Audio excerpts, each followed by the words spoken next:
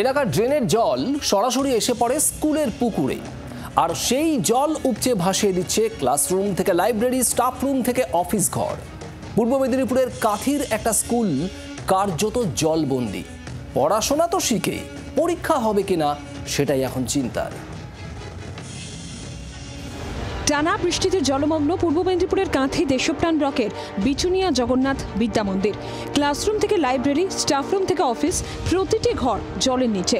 এমনকি স্কুল চত্বরে ঘুরে বেড়াচ্ছে সাপ, মাছ, কেঁচো। এমন পরিস্থিতিতে ক্লাস তো দূরস্থ, স্কুলে ঢোকাই কঠিন হয়ে উঠেছে ছাত্রছাত্রী ও শিক্ষকদের কাছে। সামনে দ্বিতীয় পর্বের পরীক্ষা, কিন্তু এই পরিস্থিতিতে পরীক্ষা নেওয়া আদৌ সম্ভব কিনা তা নিয়ে দুশ্চিন্তায় স্কুল কর্তৃপক্ষ। ছাত্ররা আজকে যেভাবে অসুবিধা পড়েছে, স্টাফ রুমে জল ঢুকেছে, আমাদের বিভিন্ন অফিস রুমে জল ঢুকেছে এবং বিভিন্ন রকম স্কুলের যে কাগজপত্র বা বিভিন্ন রকম জিনিসগুলো ক্ষতিগ্রস্ত হচ্ছে। তার জন্য আজকে বাধ্য হয়ে স্কুল ছুটি করতে হয়েছে, কোনোভাবে স্কুল করা সম্ভব হয়নি। জল ঢোকার জন্য বিল্ডিং এর অবস্থা, উপরে ফাটল ধরেছে, যে কোনো সময় ছাদ ভেঙে যেতে পারে। তাতে ছাত্রছাত্রীরা এখানে এসে যে পড়াশোনা করবে সেটাও একটা ভয়ের।